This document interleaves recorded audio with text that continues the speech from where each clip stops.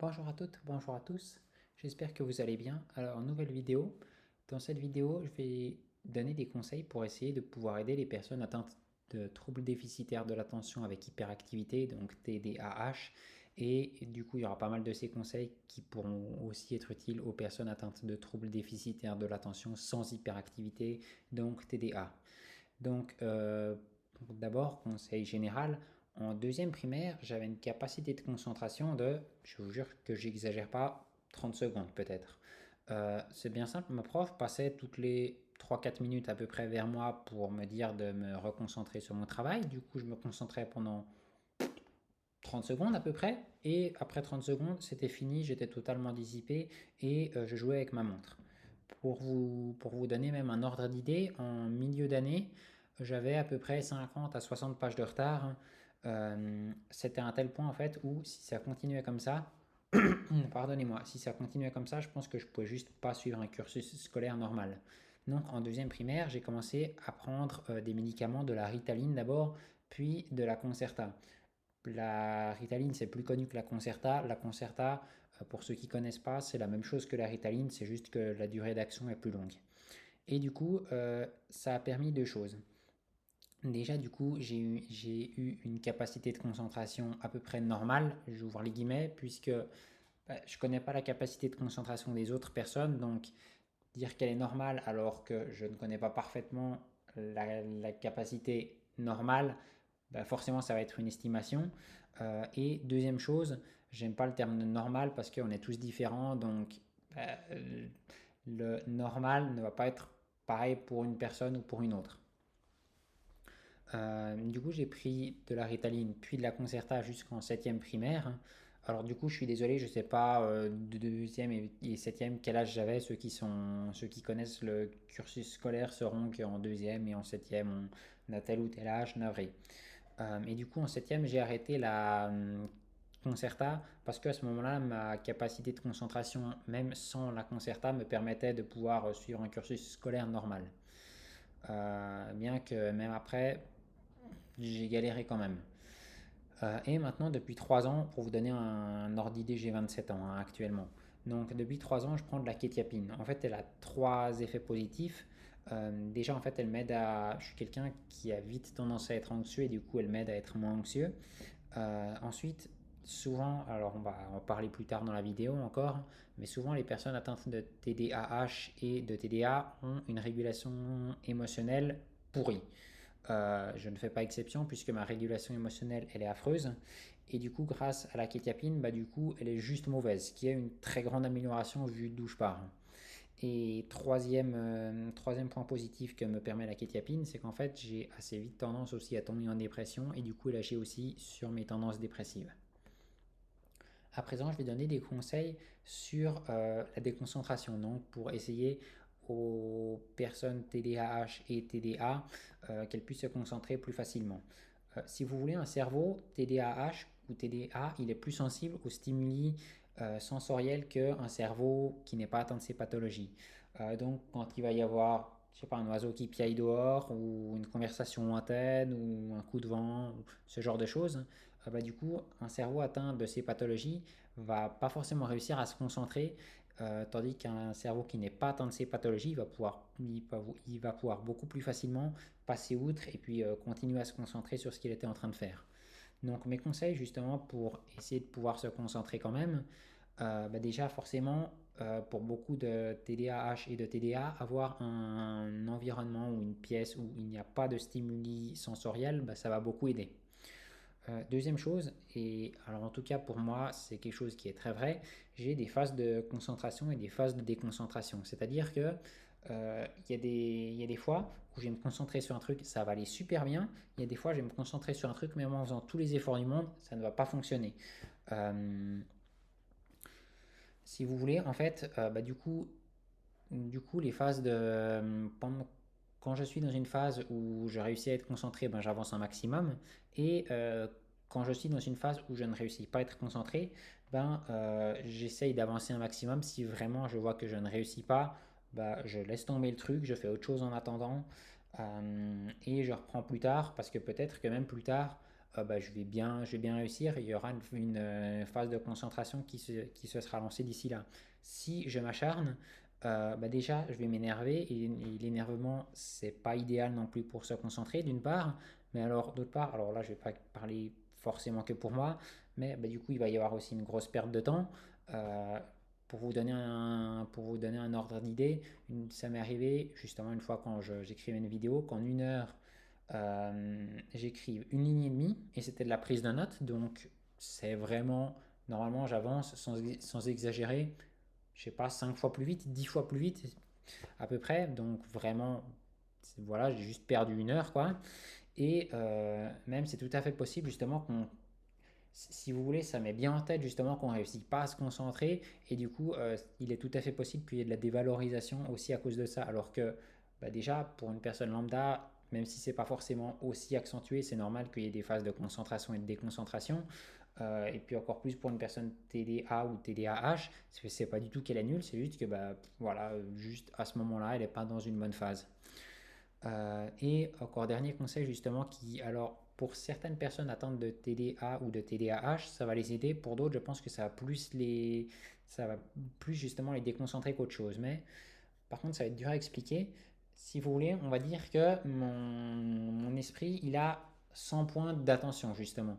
Il peut se concentrer il peut donner 100 points justement, enfin il peut répartir 100 points, il peut répartir sa concentration sur 100 points. Par exemple, je sais pas, écrire une vidéo, ça va me prendre, disons, 85 points par exemple.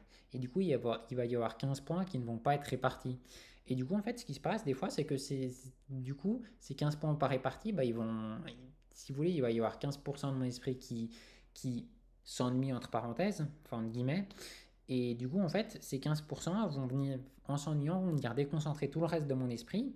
Et du coup, finalement, je ne vais pas réussir à, par exemple, écrire ma vidéo. Et du coup, en faisant quelque chose qui prend seulement 15% de ma concentration, par exemple, regarder une série en arrière-plan, du coup, ça va faire que tous les points de concentration, on va dire, sont répartis. Et du coup, ça va aller mieux que si vous voulez, du coup, en écrivant ma vidéo avec une série en arrière-plan, des fois ça va mieux aller que juste en écrivant ma vidéo sans rien d'autre.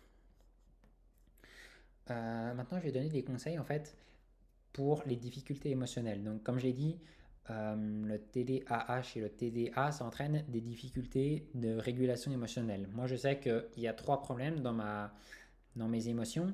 D'abord, des fois, la force de l'émotion est juste pas adaptée. Je vous donne un exemple. Euh, Par exemple, j'ai trouvé 5 centimes dans la rue, je vais être euphorique pendant 30 minutes, 1 heure.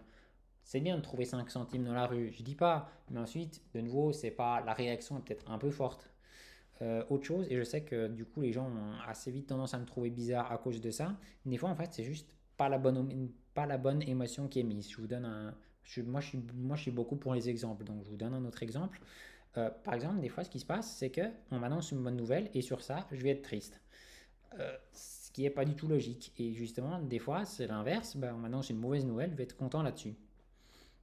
Enfin, justement, troisième problème que j'ai avec les émotions, c'est que du coup, en fait, des fois, je passe d'une émotion à l'autre beaucoup trop rapidement. Ce qui s'est passé une fois dans ma vie, j'ai été d'abord très heureux, j'étais quasiment en train de rire, puis ensuite très triste, presque jusqu'aux larmes, et puis ensuite très en colère, le tout en 10 secondes. Euh, de nouveau, là justement, alors c'est normal que les émotions passent de l'une à l'autre, mais aussi rapidement, et c'est pas genre j'étais légèrement triste ou non, non, c'était vraiment j'étais très très très heureux d'abord, puis très très très triste, puis très très très en colère. Ensuite, ce qui s'est passé à ce moment-là, j'ai remarqué qu'en fait, quand j'ai des très fortes émotions, euh, ma régulation émotionnelle justement est encore plus mauvaise que d'habitude. Et euh, et justement, à ce moment-là, j'étais en dépression nerveuse et j'avais des très fortes émotions, alors négatives. Et du coup, ça explique en partie pourquoi ma régulation, enfin ça explique même en partie, voire totalement, pourquoi ma régulation émotionnelle était aussi mauvaise. Alors justement, mes conseils, justement là, comme j'ai dit avant, justement, alors de nouveau, demandez à votre psychiatre, ou enfin, même parlez-en à votre psychiatre, médecin ou avec un professionnel de la santé, mais il y a certains médicaments qui peuvent aider. Ce qui peut aider aussi, c'est de la psychothérapie, notamment de la psychoéducation. Alors, ceux qui ne savent pas ce qu'est la psychoéducation, en fait, c'est le fait d'apprendre à vivre avec son trouble en trouvant des stratégies justement pour faire face aux symptômes que crée le trouble. Ensuite, si vous voulez, pour une personne lambda, déjà, le manque de sommeil, ça va entraîner justement une difficulté à réguler ses émotions. Donc, pour une personne TDAH ou bien TDA qui a déjà des difficultés de régulation émotionnelle, si cette personne elle manque de sommeil, sa régulation des émotions, elle va être vraiment très très très très mauvaise. Donc, ça peut être vraiment encore plus intéressant pour ces personnes de ne pas manquer de sommeil justement et d'avoir un sommeil de qualité. Maintenant, je vais donner des conseils au niveau social. Alors, je l'ai appris récemment, le TDAH, comme l'autisme Asperger d'ailleurs dont je suis atteint, ça peut entraîner justement des difficultés sociales. Donc, alors, les conseils que j'ai, alors, je pense que tous ces conseils, je les ai dit déjà aussi pour l'autisme Asperger, mais je trouve qu'ils s'appliquent aussi au TDAH. Moi, je trouve que c'est au TDAH ou au TDA, pardon.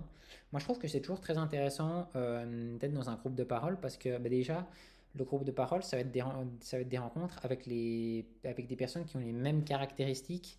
Mais du coup, en fait, ça va faire que bah, ces personnes, déjà, elles comprennent très bien vos problèmes, d'une part, mais d'autre part aussi, elles vont avoir les mêmes caractéristiques. Si par exemple vous ne pouvez pas supporter telle ou telle chose, vu que ces personnes ont les mêmes pathologies que vous, bah du coup, ce qui va souvent se passer, c'est qu'elles non plus ne peuvent pas supporter telle ou telle chose, par exemple. Et puis du coup aussi expliquer, pour expliquer par exemple ce que vous ressentez, bah, bien souvent elles vont aussi ressentir ça et du coup ça va beaucoup aider. Alors, autre conseil que je donne, alors ça de nouveau, ça peut aussi s'appliquer aux personnes timides. Moi, je trouve que c'est pas mal, alors ensuite forcément avec leur accord, mais de voir avec les collègues si bah, soit vous pouvez sortir avec les collègues, soit vous pouvez faire des trucs avec les collègues, parce que bah, les collègues, c'est déjà des personnes qu'on rencontre naturellement, si on peut dire, bah, au travail. Mais du coup, il y a déjà un lien social en fait avec les collègues. Enfin, un lien, pas forcément social, mais il y a les collègues, vous les voyez déjà, vous les connaissez déjà un petit peu, d'une part. Du coup, ça va faire qu'en fait, vous savez déjà aussi, par exemple, les collègues que vous avez plutôt appréciés, que vous allez plutôt pas apprécier. Alors ensuite, de nouveau, des fois, il peut y avoir des surprises. Il y a des collègues qu'on n'apprécie pas forcément au travail et hors du travail, il peut être super sympa. Ça, il y a aussi. Mais aussi, du coup, vu qu'on connaît déjà en partie les collègues, bah, du coup, ça fait aussi que pour les personnes timides, ça va être un petit peu plus facile parce que justement, on les connaît déjà. Enfin, je vais donner des conseils pour le dernier thème de la vidéo, la procrastination.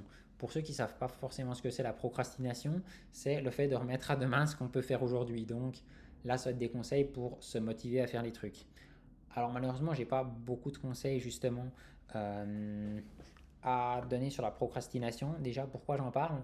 Parce que si je dis pas de bêtises, en fait, le TDAH, ça augmente justement le fait qu'on n'a pas forcément envie de faire les trucs justement et du coup le fait qu'on les reporte à plus tard. Alors, qu'est-ce qu'on peut justement y changer? Alors moi je trouve que comme il y a des phases de concentration et des phases de déconcentration, il y a aussi des phases où on est vachement motivé. Alors de nouveau, pour les TDAH et les TDA, mais aussi pour les personnes lambda, hein.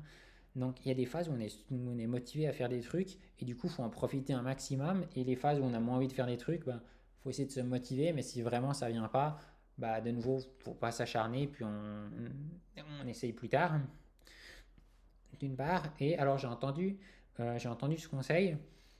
Alors pour moi, il ne fonctionne pas, mais justement, peut-être qu'il fonctionnera pour certaines personnes.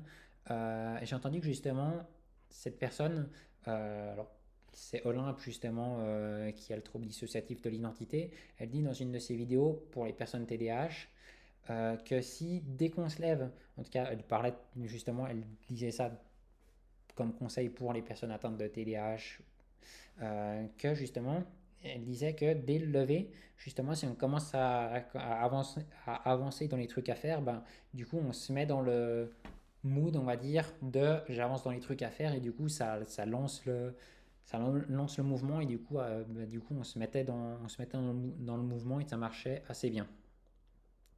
Moi, c'est tout pour les conseils que j'avais à donner. Bah, du coup, j'espère que ça pourra aider le maximum de monde. Et puis, je vous dis à la prochaine vidéo.